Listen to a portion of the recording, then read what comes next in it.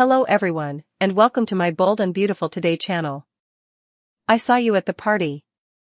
Deacon and Electra jump in to catch Luna in the act. Will is in bed with Luna when Electra texts him.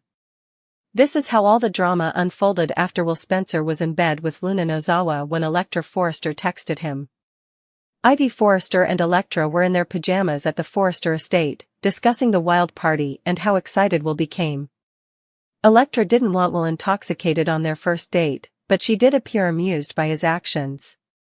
Electra, on the other hand, indicated to Ivy that she was prepared to move further with Will, possibly even tomorrow night, because she believed that he was her match. Ivy was thrilled to hear that news and said that since Electra waited for the proper man, everything will work out magically.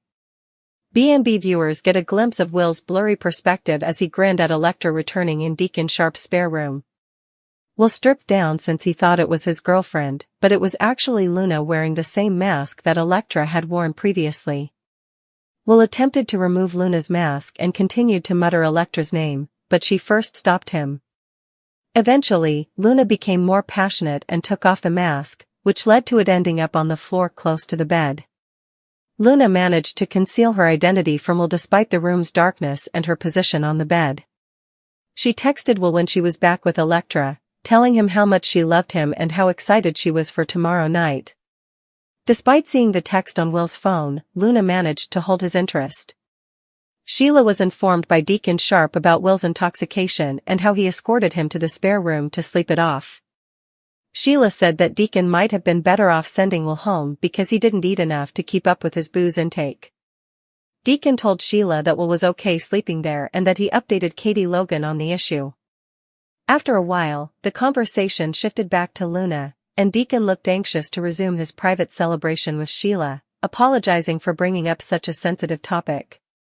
Sheila confessed to Lee over the phone that she still hadn't seen Luna in a private moment. Lee was concerned since Luna had been gone for hours, even though Sheila said she probably simply needed a walk and some fresh air after being penned up. Lee was afraid that if she was discovered and sent back to prison, all of her plans for Luna would be foiled. Don't miss any of the action as Luna will make more startling movements in the upcoming episodes. Sheila is suspicious, Will is assaulted, and Electra is prepared. Will Spencer will be attacked by Luna Nozawa. Electra Forrester is prepared for a romantic relationship. Sheila Carter Sharp also becomes suspicious. Forrester, Electra all set. While Will is unconscious, Luna enters his room covertly. A series of flashbacks see Will pleading with Electra to return, while Luna smiles and watches. Deacon Sharp then speaks with Will. Ivy Forrester and Electra are conversing at Eric Forrester's mansion. The young woman wishes her aunt had attended. They describe the party as wild. Will planned to throw a very late private party, according to Electra. Ivy understands her meaning. Will was so inebriated that Electra chose not to pursue it. She clarifies that she said, "Not tonight for both of us." As they enjoy ice cream, Electra exclaims how amazing Will is. He makes her feel secure and at ease. But she also wants their first encounter to be memorable. Remy Price is mentioned by Ivy. Electra claims that if she doesn't move on, she won't ever get over that. Ivy can see that she has given this a lot of thought. However, Electra is not nervous. She is completely at peace and shares Will's desire for this. Tomorrow night is on Electra's mind. Will Spencer get hurt? When Will awakens, he finds a young woman in a mask, hazy. He believes it to be Electra. Luna approaches him a little closer without saying anything. He removes his shirt as Luna begins to kiss him. Luna gets on top of Will as he washes in and out of consciousness. Will murmurs the name of Electra while Luna undresses. Luna forces the mask back on Will when he tries to remove it. Suspicious of Sheila Carter Sharp. Downstairs, Deacon and Sheila converse and joke while cleaning up the celebration. Deacon mentions Will and Electra. Sheila hopes she didn't let Will drive her home and asks inquiries. According to Deacon, he's sleeping it off upstairs. They inquire about Will's drink intake from the bartender. The man was thirsty, so he wasn't really sure. Sheila has doubts about Will's level of intoxication. Deacon speculates that he might be a lightweight. Sheila says that Will should have been put back in his own bed. Deacon sent Katie a text message with Will's location. Finnegan, Lee startled. Sheila gets a call from Lee Finnegan. According to the waitress, Luna couldn't have simply vanished. Sheila says that after being caged up, she simply needed to stretch her legs. It's been hours, Lee says. Sheila advises her to be composed. Lee is unable to remain composed. Luna may as well be dead if anyone sees her. Unaware that Luna is assaulting Will, Electra attempts to text him in the interim. Luna, a phantom in a sheath of liquid silver, moved with a purpose that was entirely her own, her smile a practiced, placid mask that belied the frantic, calculating engine of her mind. She had been planning this for weeks, charting the rhythms of the house, the habits of the host, the precise minute the security system would cycle, a flaw she'd discovered buried in obsolete code. The prize, glittering with a cold, blue fire on its velvet pedestal in the suddenly quiet study, was the azure iris, a sapphire of such profound depth and clarity it seemed to drink the light from the room, a tiny captured piece of midnight sky. Her heart was a frantic drum against her ribs, a counter-rhythm to the distant, indifferent beat of the party, as her fingers, steady as a surgeon's, bypassed the final, pathetic physical lock. The cool weight of the stone as it settled into her palm was a thrill so pure it was almost spiritual, a perfect communion of desire and attainment. But perfection, as Luna was about to learn, is a brittle and fleeting thing, for in the grand, gilded mirror hanging opposite the study's door, a portal into the revelry behind her, her triumph was reflected, and so were they. Deacon, his usual air of lazy amusement vaporized, replaced by a hard, grim intensity that carved new lines into his handsome face, his body already coiled, already moving, a predator sighting his prey. And beside him, Electra, a viper in emerald green, her eyes not wide with shock but narrowed with a terrifying, vindicated certainty, a single, perfectly manicured finger already extending, not in accusation, but in confirmation, her lips parting not to scream, but to form the words that would shatter Luna's world into a million iridescent pieces. Time didn't slow, it fractured. The stolen second stretched into an eternity, a horrifying diorama of her own undoing. She saw the subtle shift in Deacon's shoulders, the readiness to spring. She saw the icy, triumphant curve of Electra's mouth, the look of a chess player who has just announced checkmate. The roar of the party faded into a muffled, underwater hum, replaced by the deafening thunder of her own blood in her ears. The cold sapphire in her hand was no longer a trophy, it was evidence, damning and absolute. Every detail of the room snapped into hyperclarity, the grain of the mahogany desk, the dust motes dancing in a sliver of light from the hallway, the faint, citrusy scent of Deacon's cologne as he crossed the threshold, the sharp, clean click of Electra's heels on the parquet floor as she followed, a jury of two delivering a verdict in unison. Their entrance was not a chaotic burst but a terrible, synchronized convergence, the inevitable conclusion to a script she hadn't known they were all acting in. He didn't shout, his voice was a low, controlled vibration that cut through the silence she now inhabited, a voice she knew intimately from whispered secrets and shared laughter, now weaponized. Don't. It was a command, simple and absolute, and it pinned her in place more effectively than any physical restraint. Don't move a muscle, Luna. And then Electra, her voice a silken, venomous wrap around the bones of his command, each word a precise, loving stab. I saw you. A pause, for effect, for the sheer pleasure of it. I saw you at the party. I saw you watching the study door. I saw you slip away when the music peaked. I saw the look on your face, that hungry, empty look. We both saw you. The we was the masterstroke, the twist of the knife. It wasn't just an accusation, it was an announcement of her profound, devastating solitude.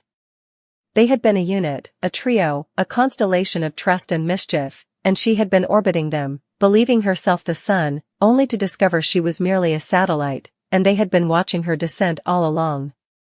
Luna's hand, still clenched around the azure iris, began to tremble, the cool stone now burning her skin with the heat of her shame. The flawless performance was over. The mask had slipped, and beneath it was not a master thief, but a girl caught, exposed, her desire laid bare and made ugly in the unforgiving light of their shared gaze. Deacon's eyes, usually so warm and teasing, were chips of flint, scanning her, assessing the situation, calculating the angles of her escape and systematically closing each one off with his mere presence.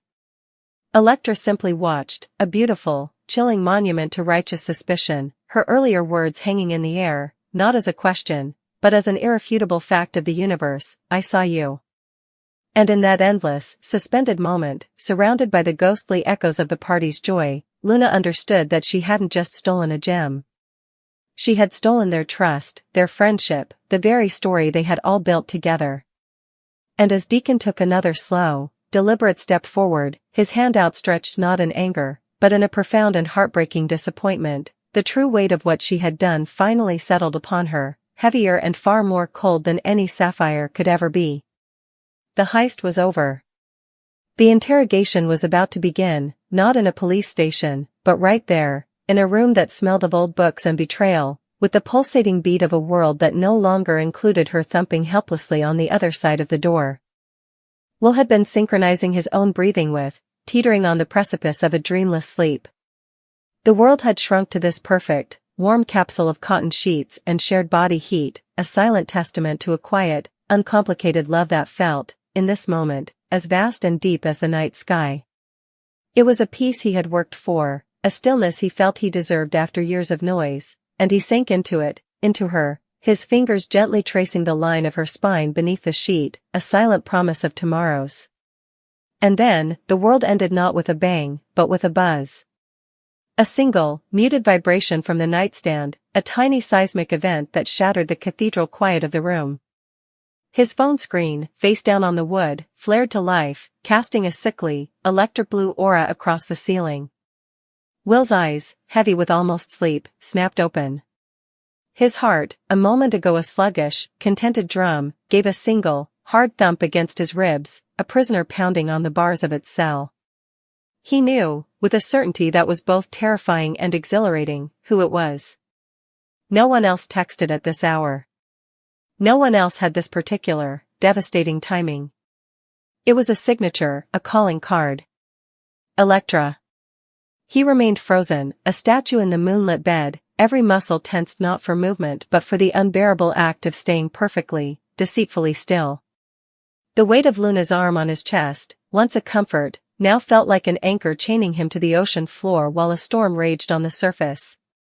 He held his breath, a childish, futile hope that if he didn't move, the moment would pass, the text would unmaterialize, the sanctity of his present would remain unpolluted by his past. But the phone buzzed again, this time a double pulse, insistent, impatient, knowing. It was a sound that bypassed his ears and went straight to his nervous system, a frequency tuned exclusively to the most chaotic parts of him. Luna murmured something indistinct in her sleep, nuzzling closer, and a wave of guilt, hot and acidic, washed over him. He was a liar in his own skin, a traitor in the one place he was supposed to be safe, be honest. The phone was a Pandora's box on his nightstand, and he knew with a dreadful clarity that he was going to open it. With the excruciating slowness of a man defusing a bomb, he began to move. He turned his head, millimeter by millimeter, the pillowcase rustling like a shout in the silence. His left arm, the one not pinned by Luna, crept from beneath the sheets, moving with a will of its own, a separate entity drawn by a magnetic, destructive force. His fingers, trembling slightly, closed around the cold glass and metal of the phone. He angled it away, tilting the screen so its light wouldn't touch Luna's peaceful face, a pathetic attempt to contain the contamination. The glow illuminated his own features, a stark mask of apprehension and yearning in the dark. He took a final, shallow breath and looked down. The screen burned with her name. Not a name, a brand. Electra. And the message, just 2 words, was a masterpiece of psychological warfare: "You're awake." It wasn't a question. It was an assertion, a declaration of her omniscience. She didn't ask if he was awake, she knew. She always knew. She could feel his wakefulness across the city, sense the shift in his attention like a shark senses blood in the water. Those 2 words dismantled the entire fiction of his peaceful night. They pulled a thread that began to unravel the very fabric of the room, of the woman sleeping beside him, of the man he was pretending to be. He was no longer Will, the devoted boyfriend in a safe, moonlit relationship. He was Will, Electra's subject, summoned back to court by a royal decree issued from her own bed, wherever that was. His thumb, slick with a cold sweat, hovered over the screen. He shouldn't answer.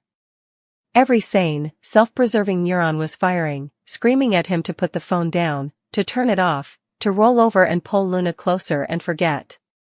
But Electra didn't deal in sanity or self-preservation. She dealt in addiction. The 3 blinking dots appeared, as if she could sense his hesitation, his internal civil war. She was typing again. He watched them, hypnotized, a rabbit caught in the gaze of a snake. The seconds stretched into eternities. Luna's steady breathing was a metronome counting down to his betrayal. The new message appeared. I can feel you thinking. It's loud. Followed immediately by another. Is she there? Is she asleep? The audacity was breathtaking. It wasn't just intrusion, it was violation. She was in the bed with them now, a phantom third party, her voice a whisper in his mind that was louder than the rustle of the sheets. She was drawing a map of the scene from 1,000 silent cues, and she was right about every detail.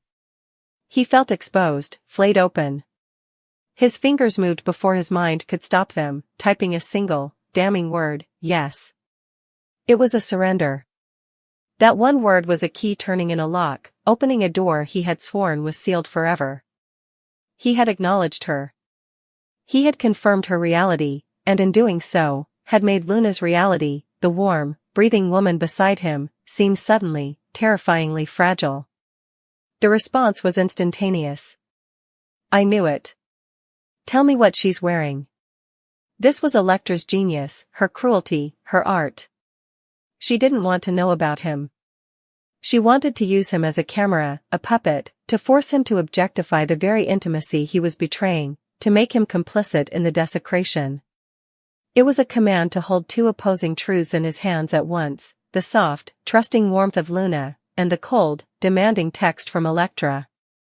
He was the bridge between them, and he was being asked to set himself on fire.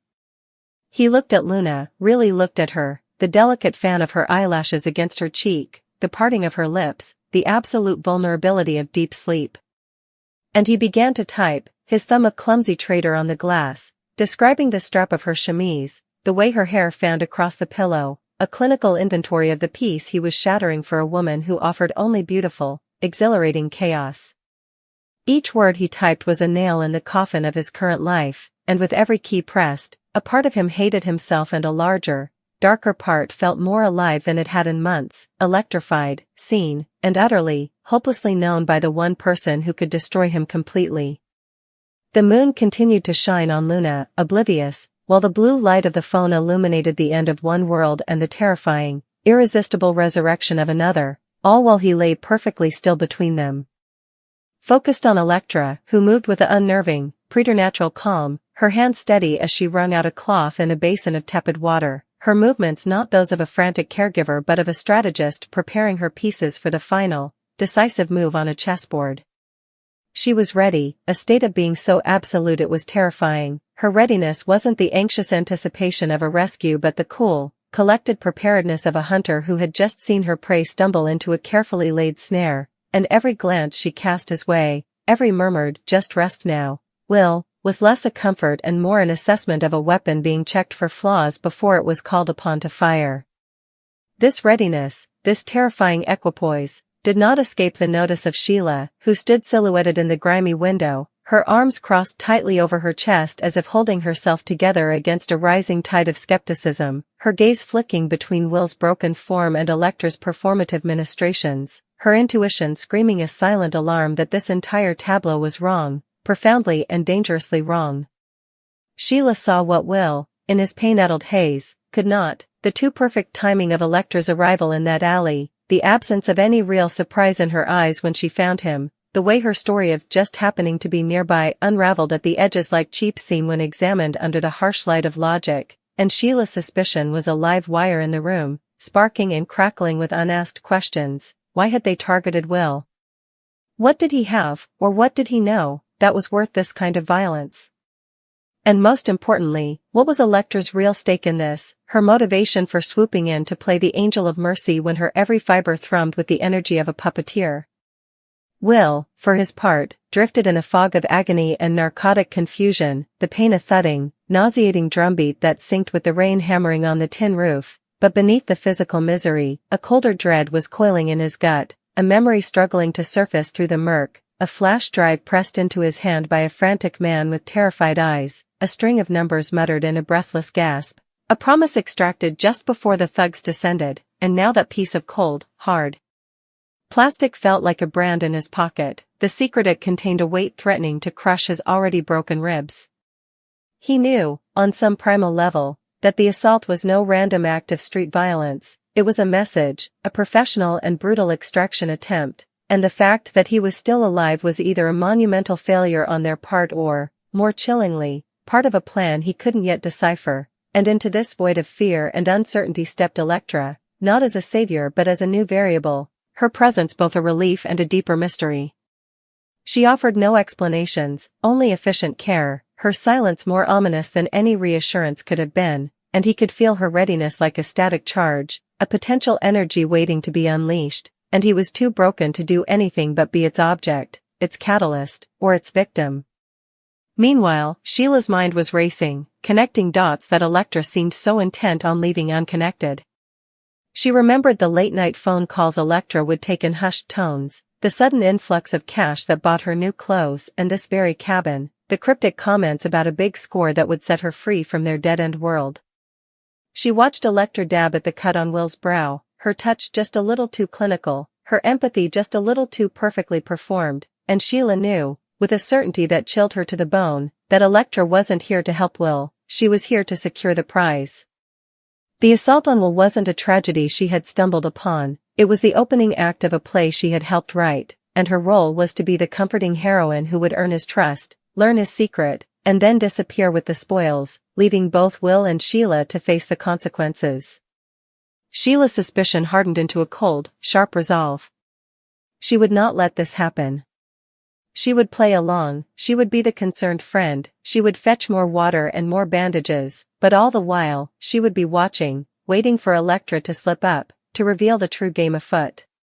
The storm outside was reaching its crescendo, wind howling around the corners of the flimsy building, but the real storm was inside, brewing in the space between these three people, one assaulted and vulnerable, one ready and manipulative, and one suspicious and fiercely protective, a triangle of tension where trust was the most valuable and most absent currency, and the next move, Sheila knew, would determine not just who won or lost, but who walked out of this cabin alive. The air was now so thick with unspoken accusations and hidden agendas that it was almost unbreathable, a palpable tension that the rhythmic drumming of the rain only seemed to amplify, and in that charged silence, a single, wrong word would be the spark that ignited everything.